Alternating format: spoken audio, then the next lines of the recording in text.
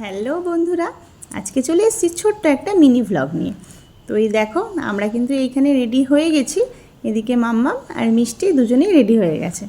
মাম্মাম দেখো হাই করছে, আর মিষ্টির একটু মুড অফ, আসলে একটু রাগ করেছে মার উপরে। ম্যাডামের বায়না হচ্ছে ম্যাডাম টুপি পরবে না এত ঠান্ডায়, বলো। তো যাই হোক, এখন রাগটা একটু কমেছে। আমরাও দেখো গেটে তালা দিয়ে আমরাও বেরিয়ে পড়লাম। বাইকে 4 জন মিলে বেরিয়ে পড়লাম।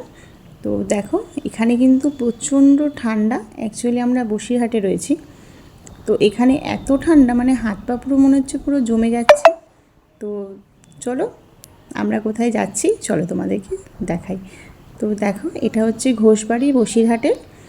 আমরা দেখো ভেতরে ঢুকে পড়েছি, আর চারপাশটা কিন্তু খুবই সুন্দর, আলোয় পুরো ঝলমল করছে।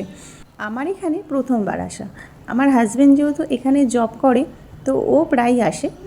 তো আজকে আমাদের ঘুরতে নিয়ে এসেছিলো। তো এই দিকে দেখো মাম্মা মেয়ে এইখানে সেলফি তুলে নিচ্ছে, মিষ্টিও তুলে নিল সেলফি। এরপর আমরা বেরিয়ে পড়লাম চারিপাশটা ঘোরার জন্য। অ্যাকচুয়ালি এই জায়গাটা ঘোষবাড়ি নামে বিখ্যাত, কারণ হচ্ছে এখানে মানুষের নিত্য প্রয়োজনীয় যে জিনিসগুলো দরকার পড়ে সেগুলো এখানে খুবই কম দামে পাওয়া যায়। আর যার জন্য এখানে বাজারটার নাম হচ্ছে গরিবের বাজার। তো চলো যেতে যেতে তোমাদের সাথে কথা হচ্ছে। তো এই দিকে দেখো অনেকগুলো মাছের অ্যাকোরিয়াম, বাট একটাতেও মাছ সেইভাবে ছিল না। ফাইনালি মাম্মাম একটা অ্যাকোরিয়ামে মাছ দেখতে পেয়েছে। তো দেখো দুটো ইয়েলো কালারের কি মাছ, আমি কিন্তু নাম জানি না। নিচে আর একটা মাছ রয়েছে।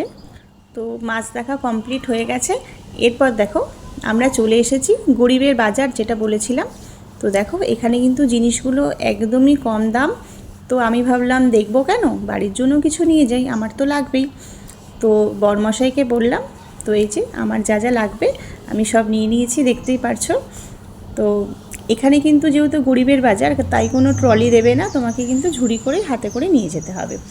তো আমাদের মোটামুটি কেনা কমপ্লিট। তো এই দিকে দেখো আমরা আবার বেরিয়ে পড়লাম কিছু পাখি দেখার জন্য। এখানে অনেক ধরনের পাখি রয়েছে। অ্যাকচুয়ালি এখানে কিন্তু তুমি সব কিছু দেখতে পাবে, সব মানে এভরিথিং, সব কিছু আছে। আর এই দিকে দেখো সারস পাখি, এখানে মোট 4টে সারস রয়েছে। আমি প্রথমে একটা সারস দেখেছিলাম। তো এই দিকে দেখো সারসটা না মিষ্টির দিকে এগিয়ে আসছিল, আর মিষ্টি কিন্তু খুব ভয় পাচ্ছিল। তো দেখো ওই দিকে দুটো সারস শুয়ে রয়েছে, আর এই যে দুটো সারস দাঁড়িয়ে রয়েছে। তো ফাইনালি আমাদের পাখি দেখা হয়ে গেছে। আর এই দেখো এখানে কিন্তু ঘোষবাড়িতে মেডিসিন হলও আছে, মানে এখানে ওষুধপত্র পাওয়া যায় খুবই কম দাম। এখানে আবার দেখো সোনার দোকানও আছে, তারামা জুয়েলার্স। এখানে কিন্তু তুমি সব কিছুই একদম কম দামে পেয়ে যাবে। আমি তো জাস্ট অবাক হয়ে গেছিলাম, ফার্স্ট টাইম গেলাম, কিন্তু প্রচুর এখনও ঘোরার জায়গা বাকি ছিল। আমরা আর বেশি ঘুরতে পারিনি, কারণ অনেকটা রাত হয়ে গেছিলো, তো সেই কারণে। তো যাই হোক, আবার অন্য একদিন সময় পেলে আসবো। আমরা কিন্তু ব্যাগ ভর্তি করে বাজার করে নিয়েছি। আর দেখো আস্তে আস্তে আমরা কিন্তু 100 বছরের পুরনো ঠাকুরের দর্শনও করে নিলাম। এখানে কিন্তু মা দুর্গা 100 বছরের পুরনো।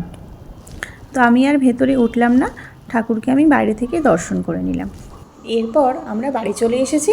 আর বাড়ি আসার পরে তো প্রচণ্ড জোরে খিদে পেয়ে গেছিলো। আর এখানে না বাইরের খাবার আমার খুব একটা পছন্দ হয় না। তো যাই হোক, আমি সঙ্গে সঙ্গে প্রেশারে ভাত করে নিলাম, সেদ্ধ ভাত। আর এই দিকে দেখো ডিম আর আলু সেদ্ধ মেখে নিয়েছি, ঝাল ঝাল করে। বেশ শীতকালে এমন গরম গরম ভাত আর এমন ডিম আর আলু সেদ্ধ মাখা, আহা, আমার কাছে তো জাস্ট অমৃত। তো দেখো আমি কিন্তু এই দিকে খুব ভালো করে মেখে নিচ্ছি। মামামেরটা আর মিষ্টিরটা আমি লঙ্কা ছাড়াই মাখবো, কারণ ওরা তো ঝাল খেতে পারে না।